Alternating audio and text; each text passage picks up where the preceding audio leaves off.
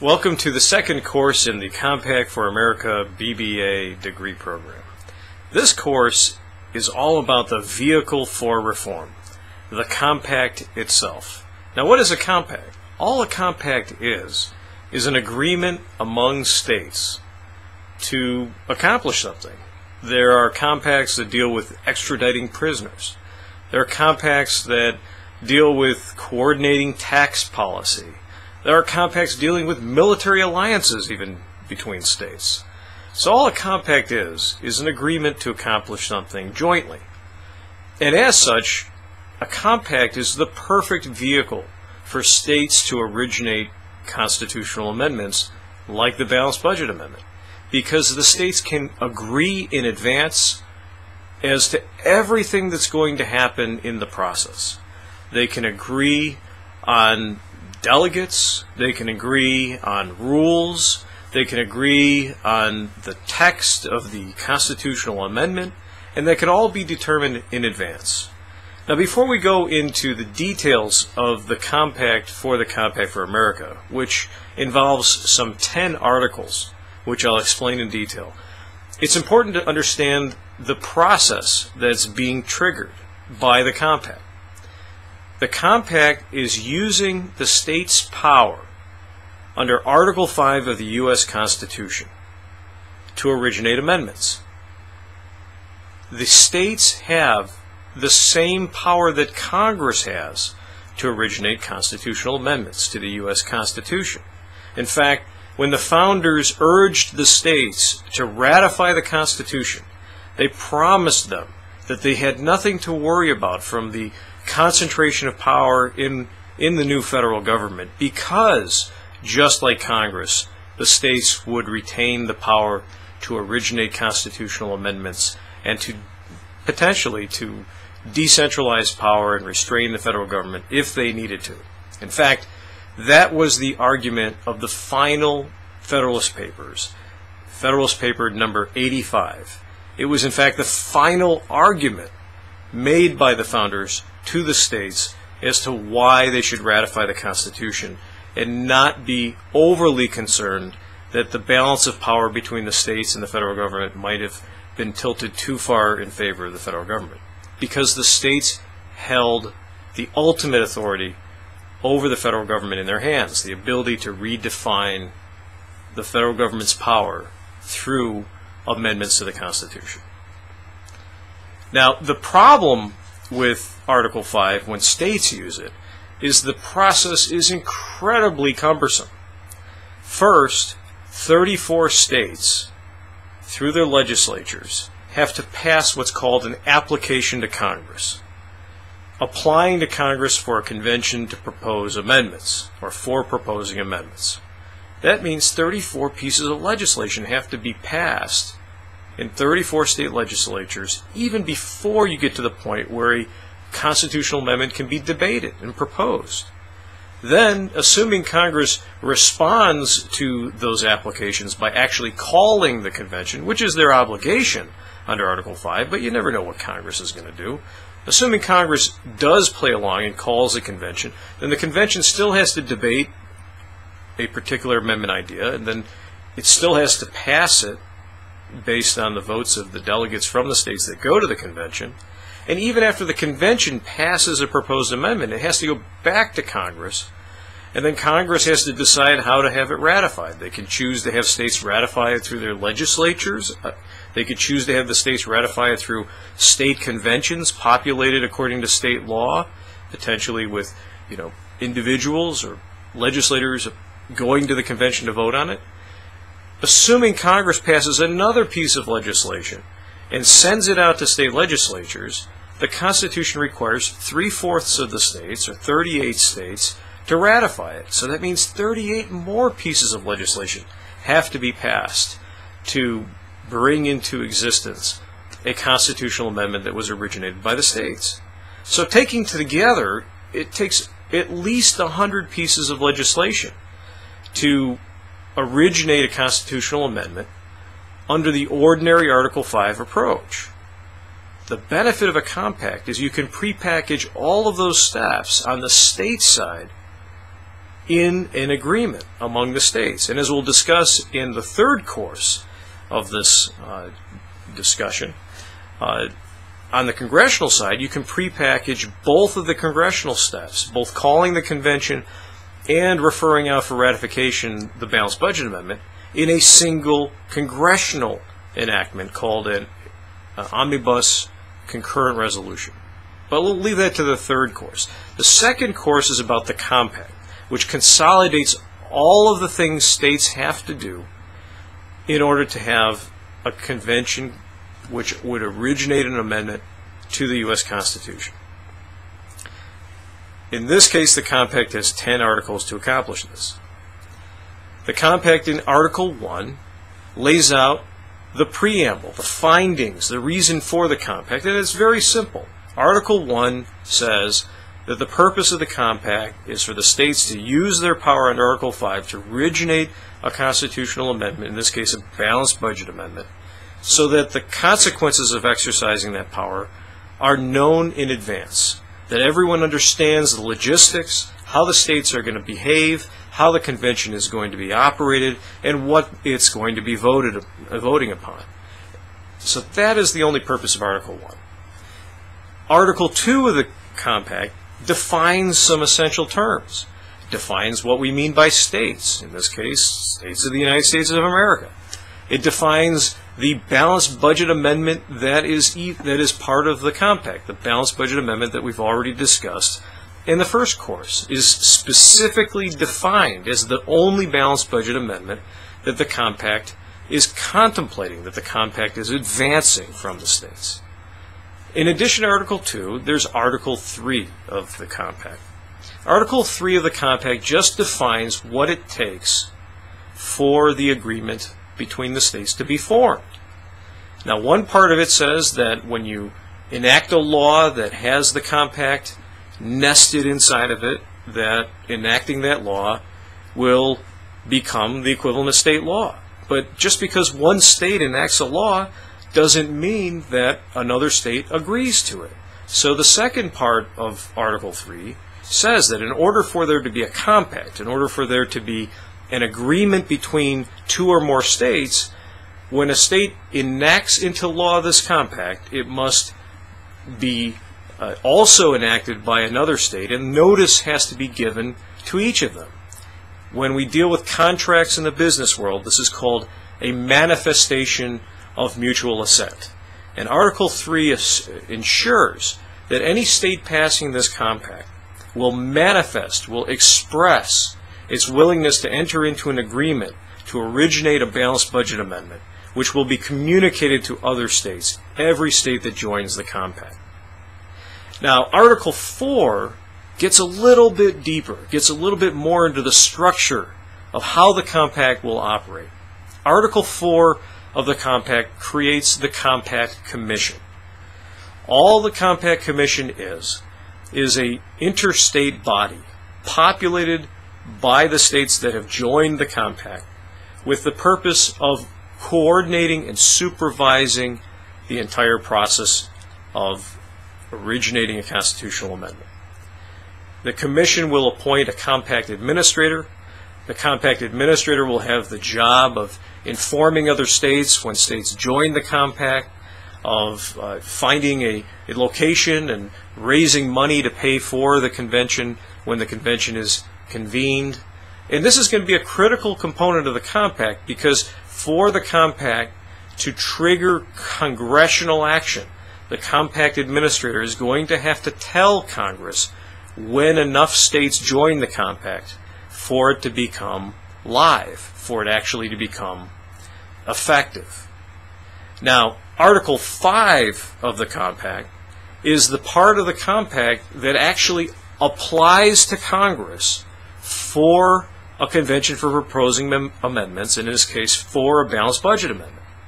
Now, what's interesting about Article 5 of the compact is this application is not made to Congress. It doesn't become effective until 38 states, or 3/4 of the states, join the compact.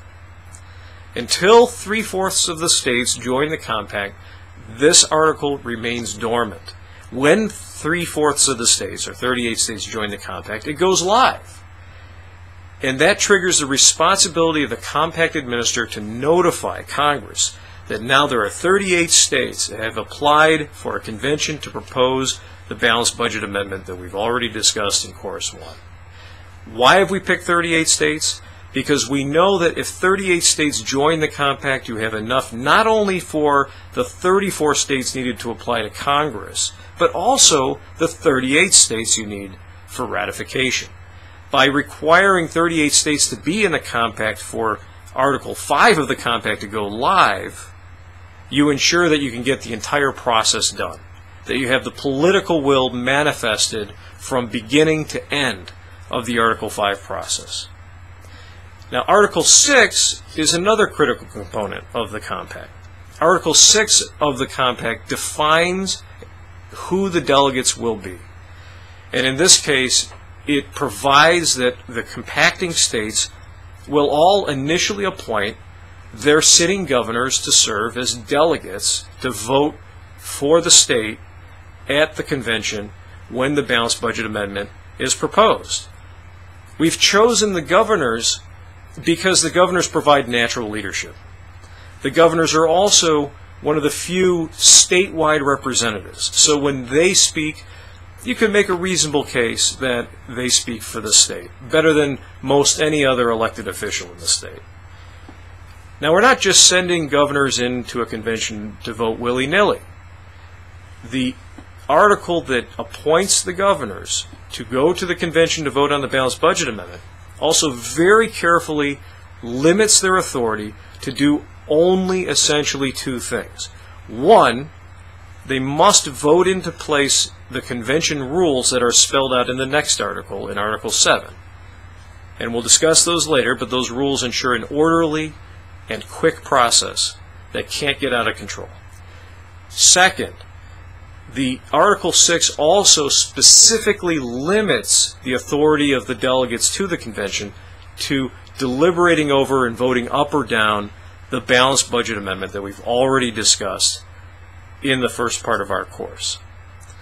The bottom line is this: Article 6 ensures that known political quantities who are natural leaders who represent their entire states will be charged with going to the convention that is organized as a consequence of the compact with the specific and clear and limited task of ensuring that rules govern the convention to keep it on target and limited to the target of voting up or down the balanced budget amendment we've already discussed. Now, we're almost done.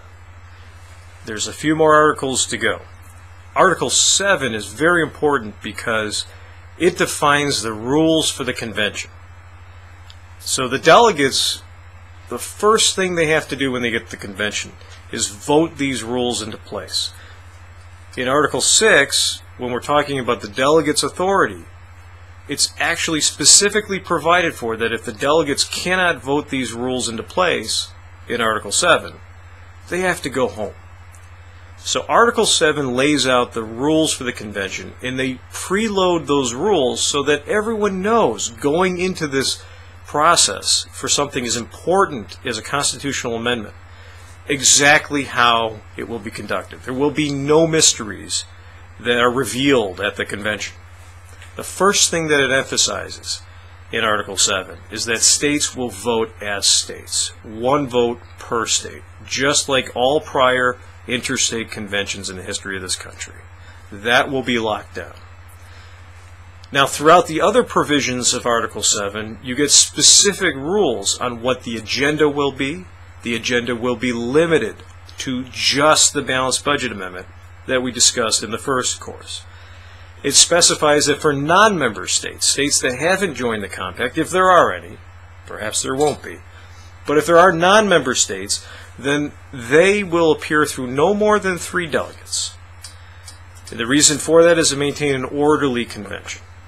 The convention will be initially assigned to take place in Dallas, Texas, which is a convenient, centrally located venue for something as important as a convention for proposing a balanced budget amendment. Another interesting feature of the rules is to ensure that it remains on target, it's limited to no more than 24 hours in duration.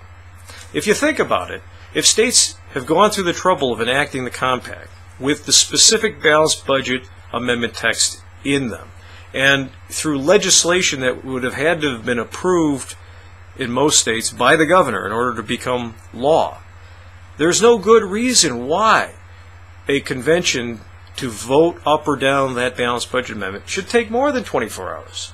The policy dice had already been cast. Among the other rules contained, so that there is no confusion and no unnecessary complication, is that the convention will act as a committee of the whole, meaning there will simply be a vote of the delegates who appear at the convention as a single body. There are not going to be subcommittees and sub-subcommittees, which would allow for gamesmanship and possibly the frustration of the convention. There's simply going to be one body voting as a whole, up or down, on the balanced budget amendment. And so those rules will be governed by parliamentary rules that have governed elected bodies in America for hundreds of years. Robert's Rules of Parliamentary Procedure, and based on precedent interpreting that only in the United States. Those rules will ensure that the convention will be a knowable process.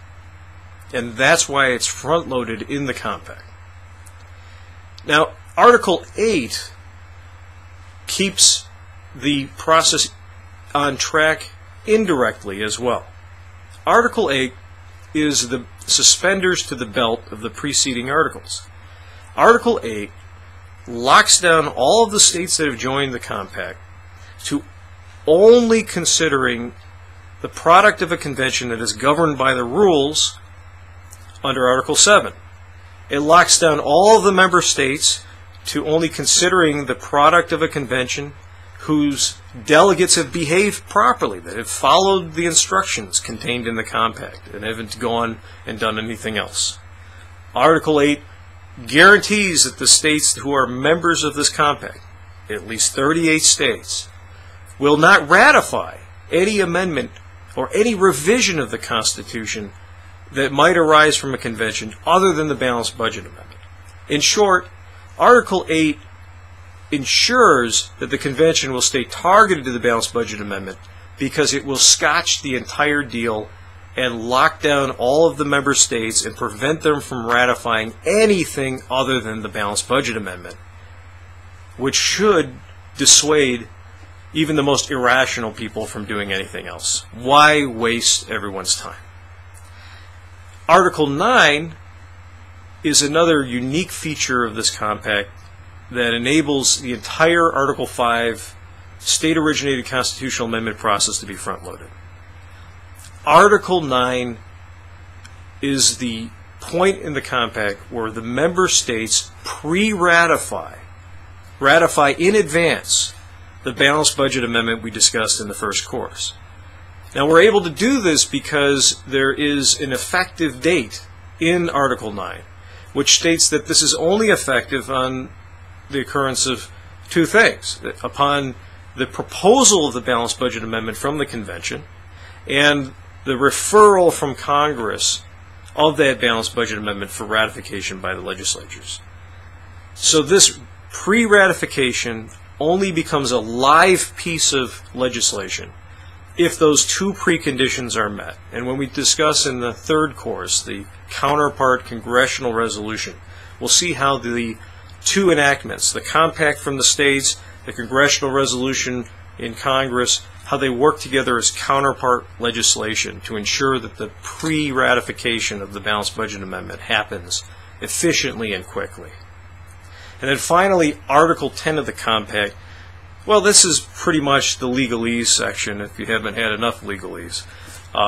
Article 10 lays out a number of very important provisions to ensure that any disputes over the compact are litigated in the federal or state courts located in Texas.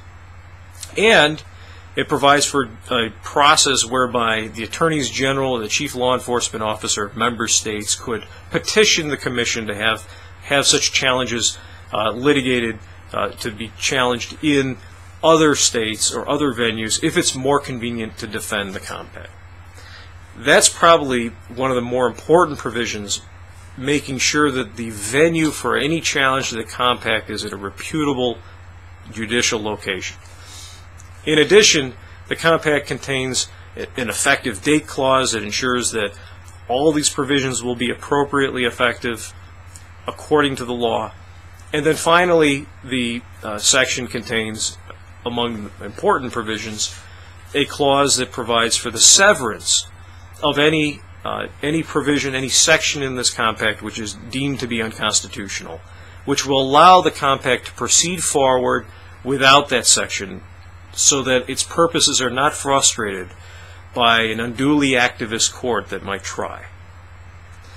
Taken together in its 10 articles, the compact takes the entire Article 5 process on the state side and consolidates it into one legislative act, which means all we need is 38 compact pieces of legislation to be enacted to fulfill all of the effort that would otherwise necessitate 98 pieces of legislation under the plain vanilla Article 5 approach.